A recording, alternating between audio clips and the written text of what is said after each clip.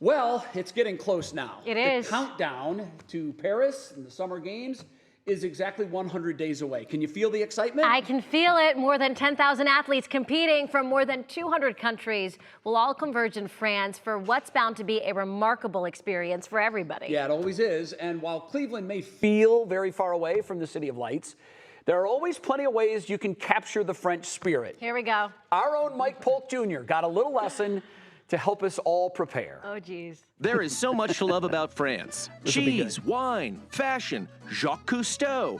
Okay, that's all I know. So where is a simple Clevelander like myself supposed to learn about French culture in time for the Paris Olympics? Fortunately, we found the perfect person to give me a quick tutorial.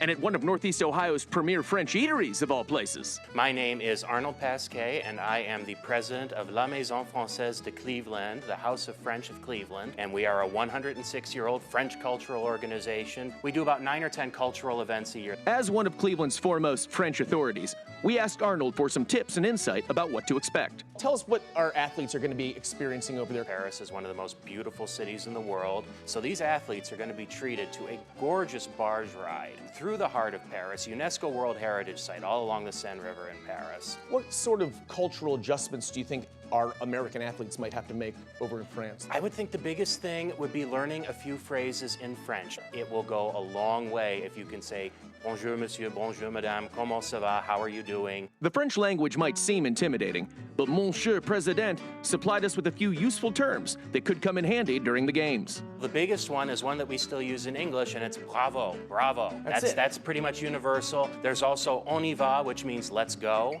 It's a little more casual and more common than allons-y. That's old school. Allons-y, I'll sound dated if I say that. So that's like if I were to say dynamite or something currently, as opposed to the hip language that I know exists today. Like, that's tight. If you were throwing a French tailgate party, what sort of things would have to be there? Well, champagne obviously is the beverage of choice. Sure. Santé to your health. Thank you. Santé to you too. Celebrating with good food, good friends, good wine. The biggest thing, unlike a tailgate party, is the French are notorious for eating sitting down at a table with a tablecloth. The typical French lunch hour in Paris is an hour and a half to 2 hours. By taking a 2-hour lunch break almost every day, I've been accidentally French for the better part of my career. I didn't even know it.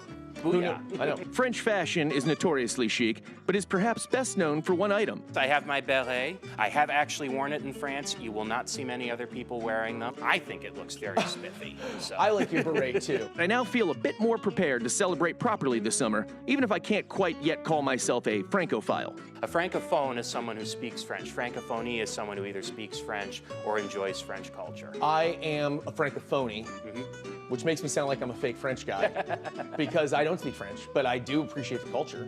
Absolutely. And I appreciate this education. Bravo, Mike Polk. Bravo.